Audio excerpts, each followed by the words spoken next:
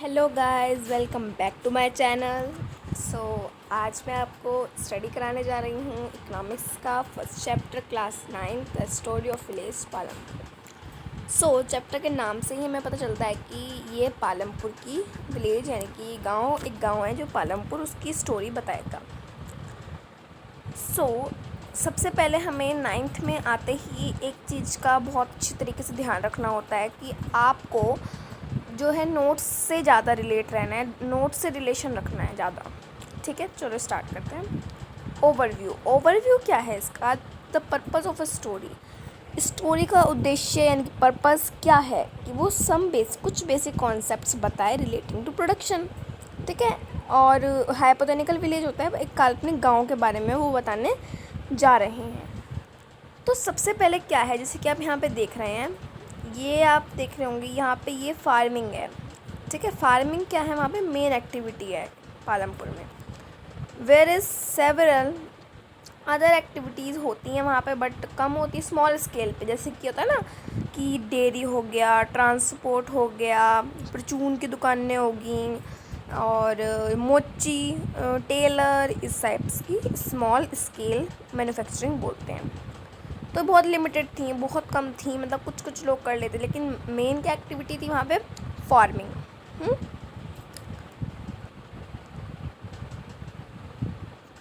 These production activities need various types of resource. वहाँ पे अलग अलग टाइप के रिसोर्स होते हैं। रिसोर्स क्या होता है, अगर आपको ऐसा थोड़ा ध्यान हो तो आपने लास्ट प्रीवियस क्लास में पढ़ा है कि रिसोर्सेज होता है संसाधन, यानी कि कोई भी चीज़ जिससे हमें हेल्प लगती है।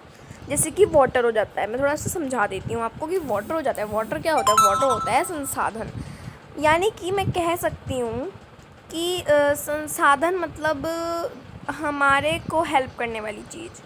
ठीक है, तो ये इसमें लिखा हुआ भी है natural resource and man made items. अब मैन मेड आइटम्स को हम कैसे रिसोर्सेज में ले सकते हैं? जैसे कि आपको अगर गर्मी लगेगी तो आप कूलर, एसी, फ़ैन कुछ ना कुछ तो ऑन करोगे ना, तो वो आपका रिसोर्सेज हो जाता है। ठीक है, और ह्यूमन एफर्ट, मनी भी आपका रिसोर्स है, ह्यूमन एफर्ट भी आपका रिसोर्स है ना। मनी भाई, अब आपको मनी नहीं होगी तो आप कैसे करोगे? कुछ भी आप सामान नहीं ला सकते हो, है ना। So as we read through the story of Palampur, तो वो स्टोरी पढ़ेंगे हम पालमपुर की। We will learn how various resources combine to produce desired goods and services in the villages. So हम देखेंगे कि आगे क्या होता है, वेरियस टाइप्स ऑफ विलेजेस, ये वो है ना, डिज़ायर्ड गुड्स होते हैं, सर्विसेज होती हैं वहाँ पे। जैसे कि देख रहे होंगे ना, या आप ये गुड्स हैं, ये देख रहे होंगे आप, है ना। अब आते हैं हम इंट्रोडक्शन पे।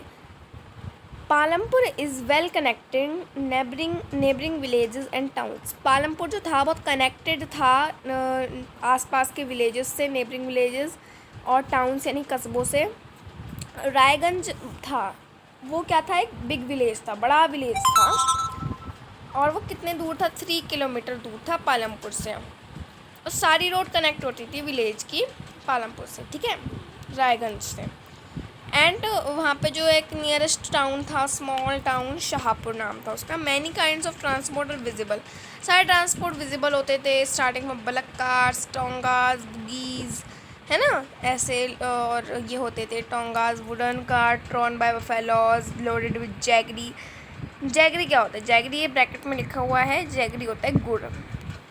And other commodities to motor vehicles like motorcycles, jeeps, tractors. This village has about 450 families. वहाँ पे क्या होती थी? 450 फैमिलीज़ रहती थी, अलग अलग कास्ट की, है ना, अलग अलग कास्ट की। जैसे कोई मान लो, अब आप ही अपने आसपास देखो, अब अगर कोई होता है, कोई जैन होता है, कोई अग्रवाल होता है, और कोई शर्मा होता है, कोई सैनी होता है, और कोई एक्सेट्रा जो भी, है ना। तो ऐसी सेवरल अलग अलग कास्ट के लोग रहते थे।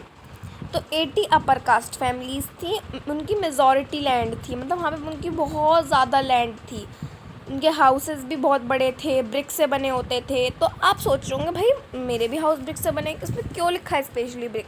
इसमें स्पेशली ब्रिक और सीमेंट प्लास्टरिंग इसलिए लिखा है क्योंकि पालमपुर गांव में सबके नहीं होते थे, वो अपर कास्ट फैमिलीज़ के होते थे, उनके पास लैंड भी होती थी बहुत सारी, और जो है मतलब वो भी होता था क्या, हाउस भी ब्रिक के बने होते थे, बड़े होते थे। अब द एससीज दलित्स, तो दलित्स जो थे उनके कंपेरिजन में 1/3 पॉपुलेशन थी जो एक छोटे से कोने में रहती थी।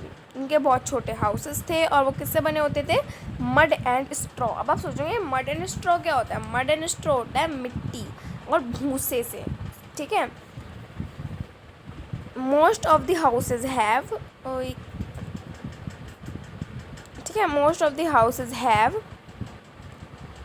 Electric connection. ज़्यादातर हाउसेस के पास क्या थे, इलेक्ट्रिक कनेक्शंस थे।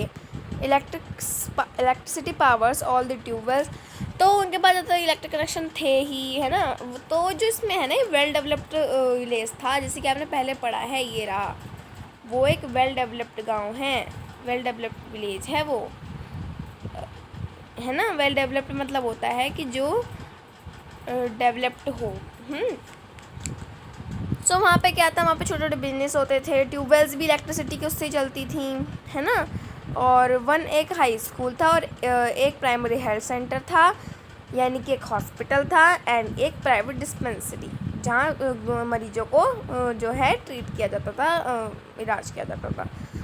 अब आप सोच रहे हो, आप तो समझ गए होंगे कि भाई प्राइमरी हेल्थ सेंटर तो ये है जो गवर्नमेंट के द्वारा चलाया जाता है, लेकिन ये प्राइवेट डिस्पेंसरी क्या है। आप सोच रहे होंगे कि भाई कोई निजी अस्पताल होगा, नहीं, ये है मेडिकल स्टोर्स, जैसे कि आपके आसपास होते हैं।